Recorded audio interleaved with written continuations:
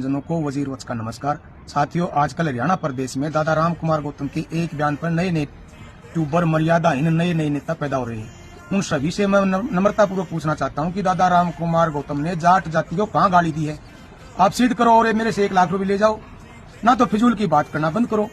दादा राम कुमार गौतम ने एक हरियाणवी लहजे में शाड़ा बोला है, जो आम बोलचाल है, ना किसी जाति का जिक्र है, ना किसी व्यक्ति का जिक्र है। फिर भी आप इसने अपने ऊपर लेके चल रहे हो।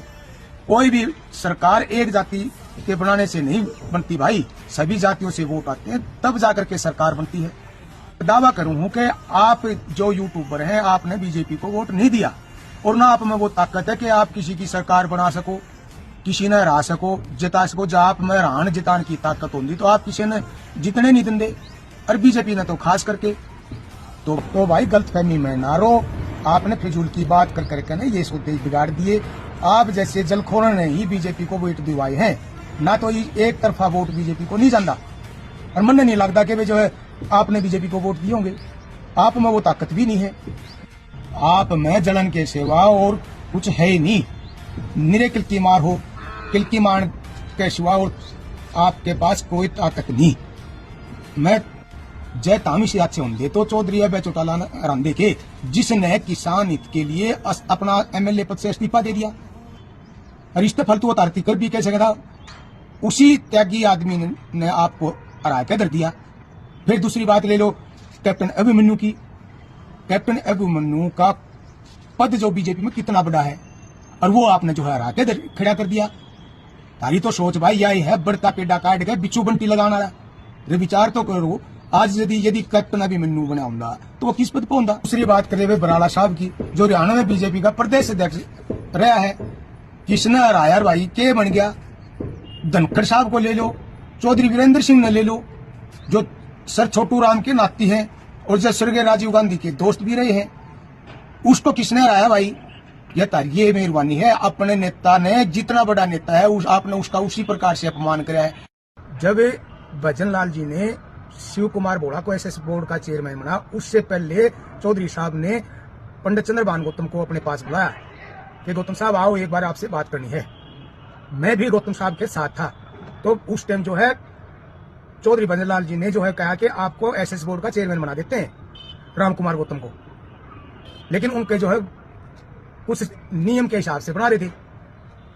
लेकिन पंडित जी ने उसी समय मौके पे कह दिया कि चौधरी साहब हम अपने सिद्धांतों से समझौता नहीं करांगे और हमने इस पद की भी जरूरत भी नहीं है, साफ मना करके आगे।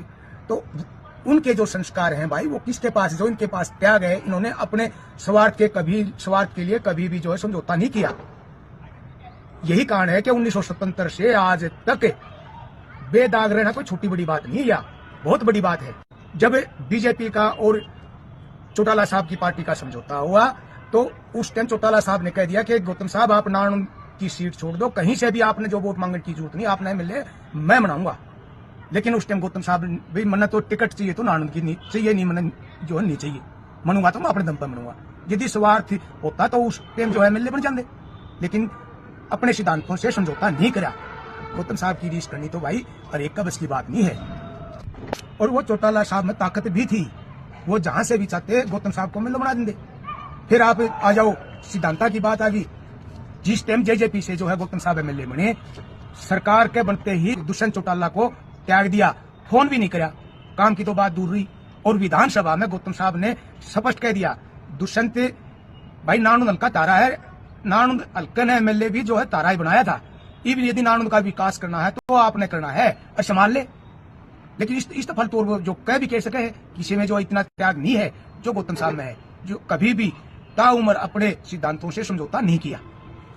फिर ये जो नए नए यूट्यूबर बने हैं, कुछ वो कहते हैं हमने आदमी के नियमा का तो कौन बेरा, गौतम साहब क्या चीज है इस बात का तो कौन नहीं बेरा। आज तो वही बात होगी भाई, मूंज के नाड़ाड़ी रेशम की घाघरी में कमी का डायक रहे भाई।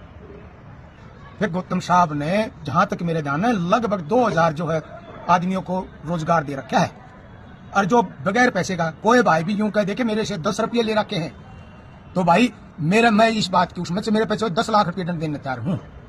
उनकी ईमानदारी का कहां तक आप मुकाबला करोगे? और 36 जाति के नौकरी लगा रखे हैं, 36 जाति के, और केवल नानू हल्के के नहीं, आप जब 20 बालक तो मेरी याद है खरगपुर के लगा रखे हैं। 20 बालक संदो के लगा रखे हैं। गौतम साहब केवल हल्के तक सीमित नहीं है, उन काल का पूरा हरियाणा है। गौतम साहब केवल अपनी जाति के नेता नहीं है, वो 36 जाति के नेता है। उसने हर जाति का भला कराया है, हर आदमी का भला कराया है, जितना हो सकता था उससे भी ज्यादा। भाइयों, दादा गौतम कोई साधारण आदमी नहीं है, यह दूरदर्शी है।